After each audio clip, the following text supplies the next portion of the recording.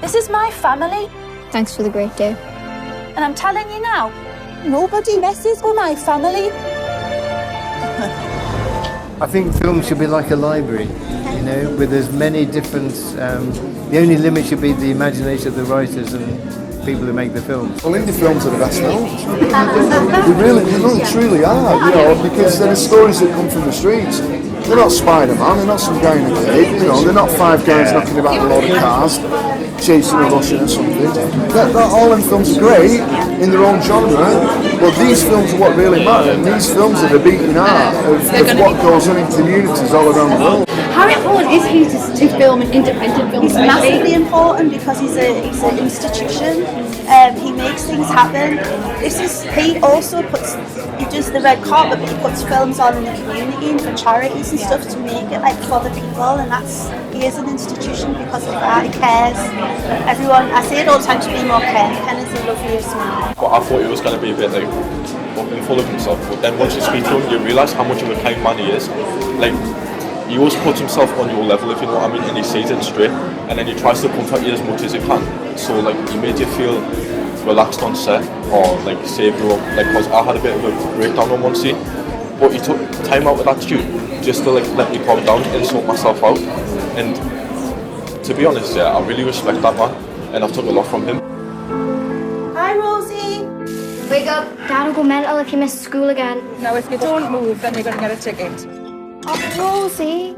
You're feeling with a laugh. You don't work for us, you work with us. 0-hour contract, I get paid for the visits. Keep this happy. Yes. Ken, hello, lovely to meet you. Yes, very nice to meet you. Yeah, Thanks good. for coming. Thank you for having us. It's good to see you again. How was the other half? She's doing fine, yes. It's very interesting that you pick new people to be in these roles as well, which I love that. Why was that?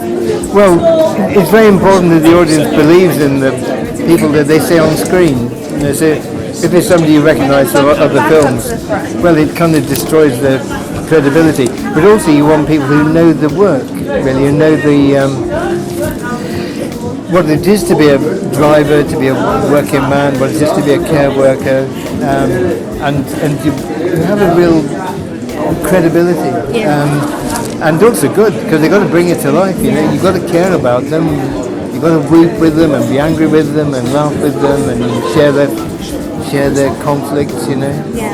But they were terrific, they were lovely, nice gang. We need you lot. We've just had the BFI London Film Festival, and you have all these incredible, massive films in Mike Scorsese, then you have the indie films and the media, my peers and various people. It's so very difficult for people to support the independent film scene as much as we need to, really.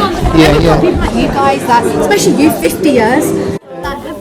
Don't rub it in, don't rub it in. He stopped actually, it's not really here. I'm going to some guy recently, Elliot Grove, who spoke really highly of you, and for me it's super inspiring to have people like you and you, Paul, that actually see how important it is to make these sort of films. When you meet young writers and young directors and dynamic young producers, I mean, they're absolutely bursting with ideas and they want to tell these relevant stories. But the big question is, you know, who commissions them? Who's telling the stories? Who's in control of the purse strings? Just like Amazon and all these big giant companies with the couriers and the cleaning companies, it's these corporations that dictate, and it's no different with this industry as well, because it's corporate dominated, and we have to broaden it out so these voices can be heard.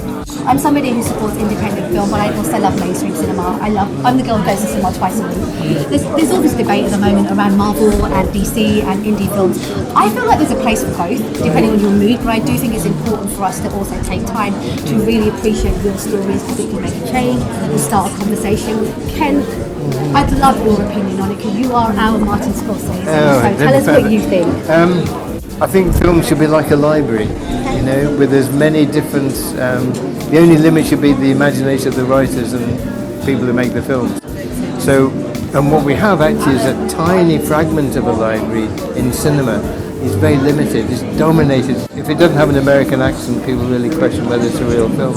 So I think the dominance of American commercial product in the cinema is something we have to change and really open it up. But that's not saying we don't like what they're doing, we're just saying we need a variety. Yes, I mean the Americans are never interested in partnerships, they're interested in conquest, that's the problem. And I mean the cinema chains, You've got a big problem here, that they're not paying the London living wage. So that needs to change. So I think the whole structure of cinema should change, so that the people who program the films know more about films than fast food, which is not the case at the moment. Yeah, restaurants opening every cinema. So I think we need to really change the culture, but it starts with ownership. We need to own the cinemas.